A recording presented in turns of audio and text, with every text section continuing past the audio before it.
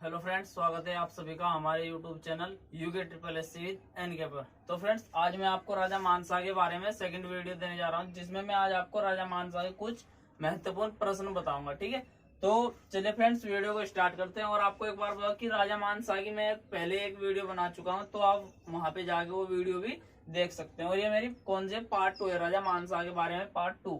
तो परमार वंश में क्या थे, राजा मानसा परमार वंश के ही राजा रहे हैं। ठीक है, तो जो राजा मानसा थे, राजा मानसा के कुछ मैंने अभी बताया आपको, कुछ यहाँ पे मैं कराऊंगा आपको महत्वपूर्ण प्रश्न। क्या कराऊंगा आपको महत्वपूर्ण प्रश्न कराऊंगा। तो प्रश्न ये है कि हमारे जो राजा मानसा थे, राजा मानसा ने क्या बसाया था, मानपुर। क्या हुआ, मानपुर शहर। मानपुर शहर राजा मानसा ने बसाया था। मानपुर शहर राजा मानसा ने बसाया था। कहाँ पर बसाया था, श्रीनगर में अलकनंदा नदी के तट पर। श्रीनगर में अलकनंदा नदी पर, अलकनंदा नदी पर बसाया था। ठीक है, तो प्रश्न आपके पास ये आ जाए कि राजा मानपुर शहर किसने बसाया, तो मानपुर शहर राजा मानसा ने बसाया था। ठीक है, और कहां पर बसाया था, श्रीनगर में। श्रीनगर कहां पर पड़ता है, पौड़ी में। तो श्रीनगर में अलकनंदा नदी के तट पर बसाया था। फिर दूसरा प्रश्न ये है कि हमारे पास कि जीतू कौन थे, जीतू बगड़वाल ने, जीतू बगड़वाल ने अपने पवाड़ों में, क्या है, जीतू बगड़वाल ने अपने पवाड़ों में। पवाड़े क्या होते हैं, जैसे कि कोई गाथाएं होती है, लोग गाय जागर होते हैं, उनमें क्या होता है, उनका इनमें नाम आता हो। ठीक है, जैसे कि कोई कथा हो रही है, उनका इस बीच में इनका नाम आ गया। तो जीतू बगड़वाल ने अपने पवाड़ों में मानसा को क्या कहा है, मानसा को क्या कहा है, यहाँ पे मानसा को, पवाड़ों में मानसा को फौजदार कहा है। क्या कहा है, फौजदार, फौजदार कहा है। तो प्रश्न आपके पास किसी भी तरीके से आ सकता है कि प्रश्न आपके पास ये आ जाए कि मानपुर शहर किसने बसाया, तो मानपुर शहर राजा मानसा ने बसाया था। फिर दूसरा प्रश्न ये आया कि राजा मानसा को पवाड़ों में फौजदार, राजा मानसा को पवाड़ों में फौजदार किसने कहा है, तो पवाड़ों में फौजदार किसने कहा है, तो जीतू बगड़वाल ने कहा है। ठीक है, तो किसने कहा है, जीतू बगड़वाल ने कहा है। और मैंने आपको पिछली वीडियो में ये भी बताया था कि राजा मानसा के 3 सेनापति थे। राजा मानसा के सेनापति, तो राजा मानसा कितने सेनापति थे, राजा मानसा के 3 सेनापति थे। ठीक है, तो जो हमारे पहले सेनापति नंदी, दूसरे भृंगी और तीसरे खत्तर सिंह, जिनकी मृत्यु भी हो गई थी। ठीक है, तो खत्तर सिंह की यहाँ पे मृत्यु हो गई। ठीक है, तो वो मैंने आपको वहां पे पिछली वीडियो में बताया हुआ है। तो प्रश्न आपके पास किसी भी तरीके का, तो आपके पास प्रश्न यही आ जाए कि राजा मानसा के कुल कितने सेनापति थे, तो राजा मानसा के कुल 3 सेनापति थे। ठीक है, नंदी, भृंगी, खत्तर सिंह। ठीक है, फिर इसके बाद मैं बात करता हूँ बलभद्र शाह की। बलभद्र शाह के बारे में मैं यहाँ पे बात करूंगा। ठीक है, उसके पुत्र कौन कौन थे, उसके पुत्रों ने वहां पे क्या काम किया, उसके पुत्र के बारे में भी मैं आपको वीडियो में कराऊंगा। ठीक है, तो मैं बात करता हूं यहाँ पे बलभद्र शाह।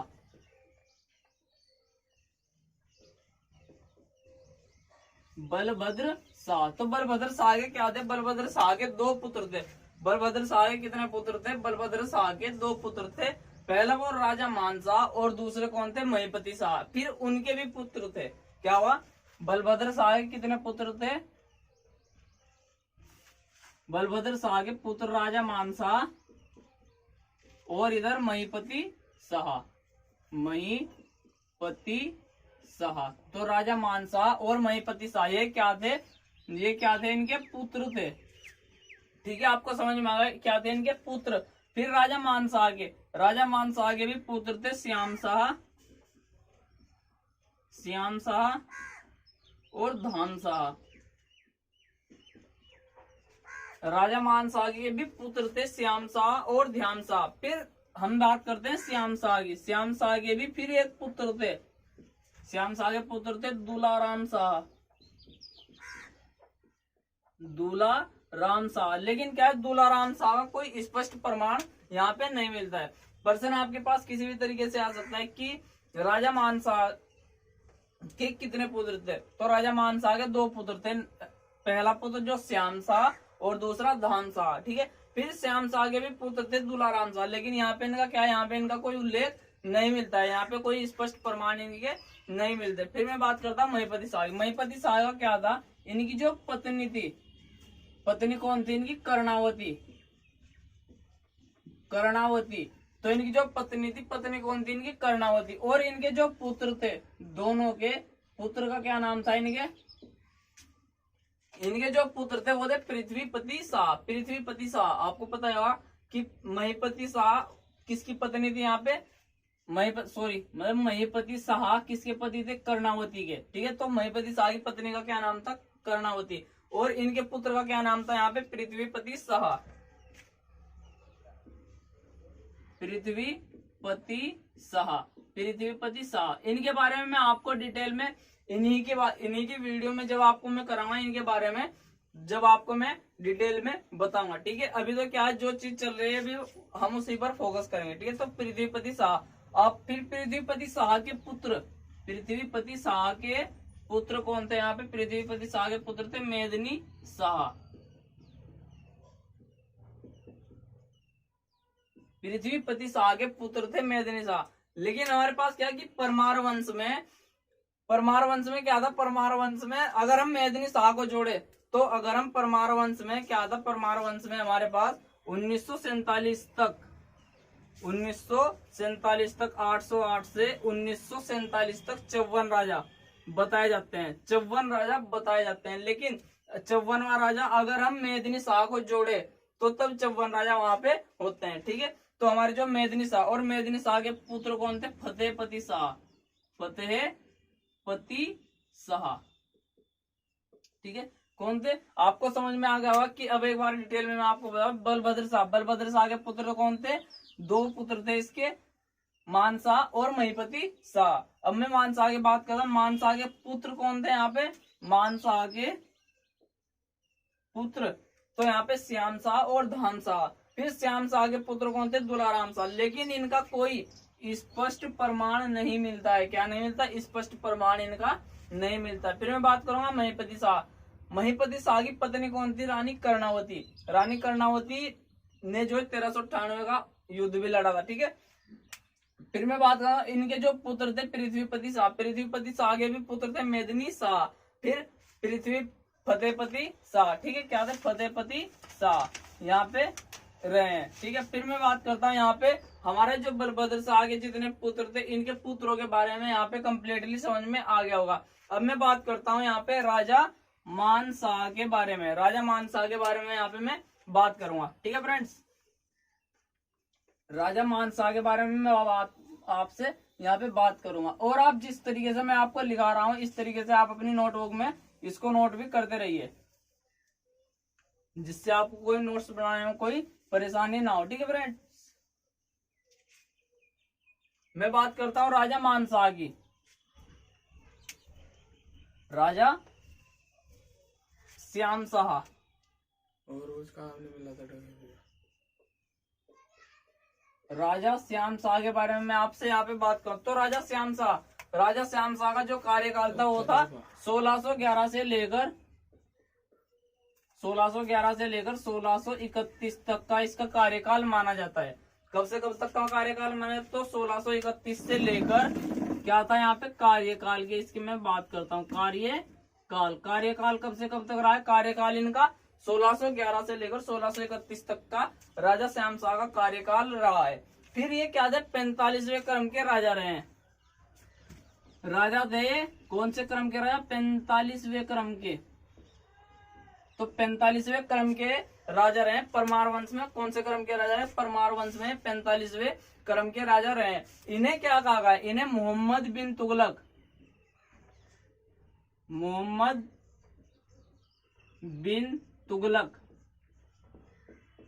तो मोहम्मद बिन तुगलक किसे कहा गया है? वो भी श्याम शाह को कहा। कहां पर? गढ़वाल का।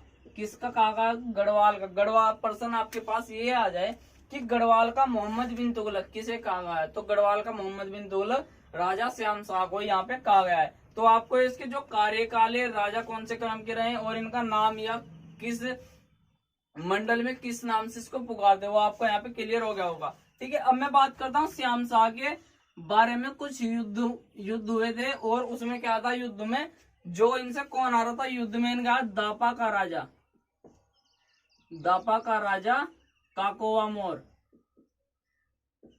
दापा का राजा कौन था, काकोवा मोर। और ये क्या था, काकोवा मोर क्या था, काकोवा मोर इनके पिताजी मतलब राजा मानसा से भी वहां पे हारा हुआ है। और उन्होंने हार कर वहां पे उन्होंने कुछ सोने के कलश की उन्होंने क्या की थी, उन्होंने वहां पर उन पर कर लगा दिया था, सोने के कलश का वहां पर कर लगा दिया था। ठीक है, तो वहां पे क्या था। अब राजा श्याम शाह के बारे में बात करूंगा आपसे। राजा श्याम शाह ने क्या किया, राजा श्याम शाह ने दापा के राजा काकोवा मोर पर भी कर लगाया। क्या टैक्स लगाया, मतलब जिसको हम बोलते हैं कर।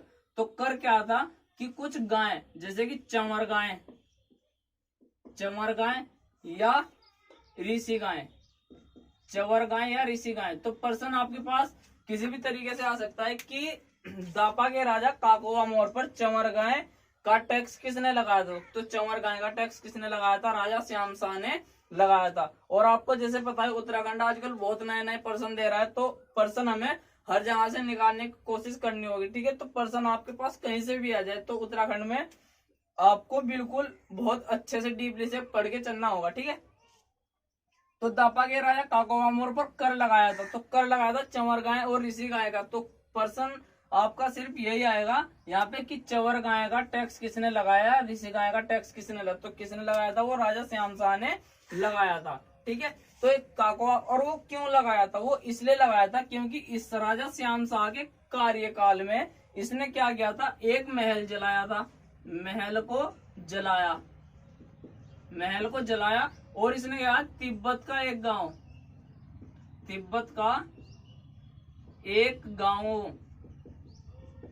भी जलाया,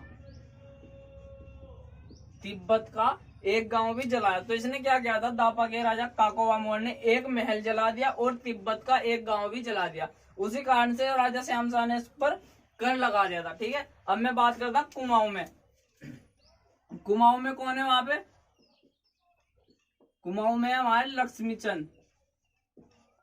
ये कहाँ पे चला, गढ़वाल में। क्यों गढ़वाल में, क्या गढ़वाल में ने किस नाम से जाना जाता था, मोहम्मद बिन तुगलक के नाम से इन्हें गढ़वाल में जाना जाता था। अब गढ़वाल के साथ साथ हम पढ़ेंगे कुमाऊं के बाद। तो कुमाऊं में कौन थे, कुमाऊं में थे लक्ष्मी चंद। तो लक्ष्मी चंद के जो पुत्र थे, लक्ष्मी चंद के कौन थे पुत्र, तो लक्ष्मी चंद के वहां पुत्र कौन थे, तिरिमल चंद। तो लक्ष्मी चंद के पुत्र का क्या नाम था, तिरिमल चंद। तो तिरिमल चंद ने क्या किया था, श्याम शाह के दरबार में शरण ली थी। तिरिमल चंद ने क्या किया था, श्याम शाह के दरबार में शरण क्या ली थी, वहां पे शरण ली थी। तो पर्सन आपके पास ये आ जाए कि लक्ष्मी चंद के कौन से पुत्र ने श्याम शाह के दरबार में शरण ली थी, तो आपके पास वो नाम देगा, नाम देंगे वहां पे आयोग। तो वहां पे क्या करोगे आप, तिरिमल चंद वहां पे आंसर लगाओगे। ठीक है, तो आपको बहुत अच्छी तरीके से पढ़ना है, क्योंकि मैंने अभी आपको कहा कि जो उत्तराखंड है काफी डीपली से पर्सन दे रहे हैं आप आजकल, तो हम उसी लेवल को लेकर यहाँ पे चल रहे हैं। ठीक है, तो श्याम शाह के दरबार में किसने शरण ली थी, लक्ष्मी चंद के पुत्र तिरिमल चंद ने शरण ली थी। ठीक है, फिर मैं बात करूंगा यहाँ पर जहांगीर और श्याम शाह के बारे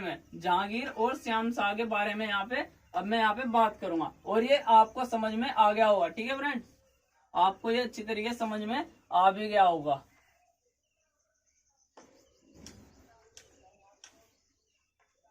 अब मैं यहाँ पे बात करता हूँ किसकी, जहांगीर और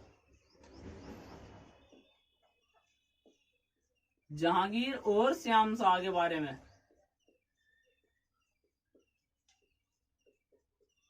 जहांगीर और श्याम शाह के बारे में मैं यहाँ पे बात करूंगा। तो जहांगीर और श्याम शाह ये आपस में क्या थे, बहुत ही अच्छे मित्र थे। क्या थे, काफी अच्छे मित्र।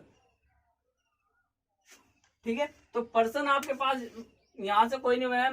मैं आपको बताऊं कि जहांगीर और श्याम शाह, जहांगीर कहाँ पर थे, जहांगीर अपना मुगल काल में थे, और ये कहाँ पे, परमार वंश में, उत्तराखंड में। तो जहांगीर और श्याम शाह इनका क्या था, आपस में मैत्रीपूर्ण संबंध थे। तो जहांगीर और श्याम शाह क्या थे, आपस में मैत्रीपूर्ण संबंध थे। तो यहाँ पे क्या हुआ था, मैत्रीपूर्ण संबंध में यहाँ पे ये हुआ था कि जो श्याम शाह थे, श्याम शाह को यहाँ पे भेंट किया था, यहाँ पे आगरा भेंट किया था। यहाँ पे क्या किया था, आगरा भेंट किया था राजा श्याम शाह को। जहांगीर ने क्या किया था, जहांगीर ने श्याम शाह को क्या किया था, आगरा भेंट किया था। ये कब किया था, ये जो माना जाता है कि 15 मार्च 1621 को, 15 मार्च 1621 को माना जाता है। क्योंकि क्या 15 मार्च 1621 को बैसाख का माह होता है, तो उस माह में ये हुआ था। क्या हुआ था, आगरा इन्होंने बैसाख माह, तो बैसाख माह में क्या हुआ था, जहांगीर ने श्याम शाह को आगरा भेंट किया। तो जहांगीर ने श्याम शाह को आगरा भेंट किया 15 मार्च 1621। और इसके दो ऑप्शन है, अगर आपको 15 मार्च 1621 वहां पे ऑप्शन वन मिले तो आप 1678 वहां पे आपको मिलेगा ही मिलेगा। तो प्रश्न आपके पास ये आ जाए कि जहांगीर ने श्याम शाह को आगरा कब भेंट किया, तो ऑप्शन आएंगे हमारे पास, कब भेंट किया, 15 मार्च 1621 को, नंबर 1। फिर दूसरा, अगर ये ऑप्शन आपको ना मिले, ये ऑप्शन अगर आपको ना मिले तो आप ये वाला लगाओगे, फिर डायरेक्ट आएगा कि 1678, ठीक है। तो आप क्या लगाओगे, सीधा 1678 वहां पे लगाओगे। फिर क्या होता, जहांगीर ने श्याम शाह को क्या दिया था, एक घोड़ा प्लस एक हाथी, एक घोड़ा एक हाथी भी जहांगीर ने श्याम शाह को भेंट किया था। तो एक घोड़ा एक हाथी श्याम शाह को किसने भेंट किया था, वो जहांगीर ने भेंट किया था। प्रश्न आपके पास यहाँ से ये आ जाए कि श्याम शाह को एक घोड़ा और एक हाथी किसने भेंट किया था, या किस मुगल राजा ने भेंट किया। तो किस मुगल राजा ने भेंट किया था, जहांगीर ने भेंट किया था। फिर क्या, तुजुक ए जहांगीरी, मैं बात करूंगा पुस्तकों में, तुजुक ए जहांगीरी। तो तुजुक ए जहांगीरी जिसको हम बोलते हैं जहांगीरनामा पुस्तक,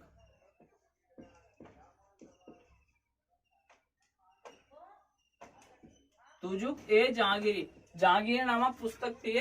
तो तुजुक ए जहांगीरी पुस्तक में क्या था, इसी के समय में, इसमें क्या, पुस्तक में जहांगीरनामा पुस्तक में जहांगीर के कार्यकाल के, इनके समय की बात इसमें पढ़ने को में मिलेगी। तुजुक ए जहांगीरी, तो तुजुक ए जहांगीरी में क्या है, तुजुक ए जहांगीरी में श्याम शाह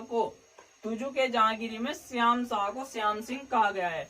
तो प्रश्न आपके पास ये आ जाए, इसमें क्या कहा है, श्याम शाह को क्या कहा गया, यहाँ पे श्याम सिंह। तो श्याम शाह को श्याम सिंह यहाँ पे कहा गया। तो प्रश्न आपके पास ये आ जाए कि तुजुक ए जहांगीरी पुस्तक में श्याम शाह को अन्य किस नाम से जाना गया। तो अन्य किस नाम से जाना गया, वहां पे अन्य उसको किस नाम से जाना गया, अन्य उसको वहां पे श्याम सिंह नाम से जाना गया है। फिर मैं इनके राजगुरु की बात करूंगा यहाँ, तो आपको एक कम्प्लीटली समझ में आ गया कि जहांगीर और श्याम शाह के आपस में क्या था, एक मैत्रीपूर्ण संबंध थे। जहांगीर ने श्याम शाह को आगरा भेंट किया, और आपको मैंने वो 2 डेट बता दिए आपको वहां पे कि हमारी अगर ये ऑप्शन ना है तो आपको ये मिलेगा। और फिर क्या था, जहांगीर ने श्याम शाह को एक घोड़ा प्लस एक हाथी भी अर्पित किया या भेंट किया। तुजुक ए जहांगीरी में जहांगीरनामा को श्याम शाह को श्याम सिंह भी कहा गया है। फिर मैं बात करूंगा इसके राजगुरु, किसके राजगुरु, राजा श्याम शाह के राजगुरु की मैं यहाँ पे बात करूंगा।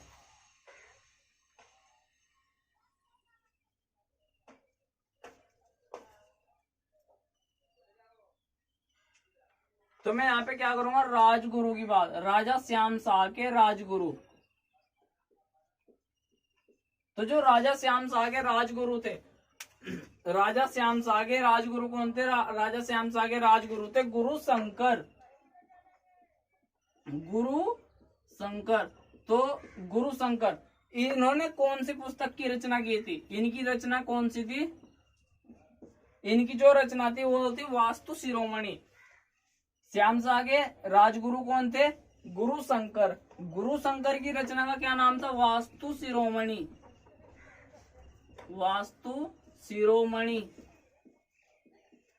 वास्तु शिरोमणि इनकी रचना का नाम था। और ये इसकी जो डेट है वो डेट कब मानी जाती है, 1677 के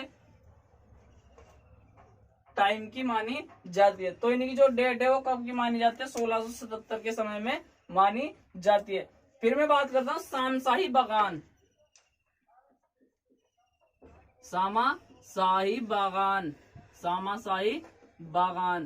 तो शामाशाही बागान, तो शामाशाही बागान किसने बसाया था? तो प्रश्न आपके पास यही आएगा कि शामाशाही बागान किसने बसाया था। तो शामाशाही बागान किसने बसाया था? राजा श्याम शाह ने बसाया था। किसने बसाया था? राजा श्याम शाह ने बसाया था। कहां पर? श्रीनगर में,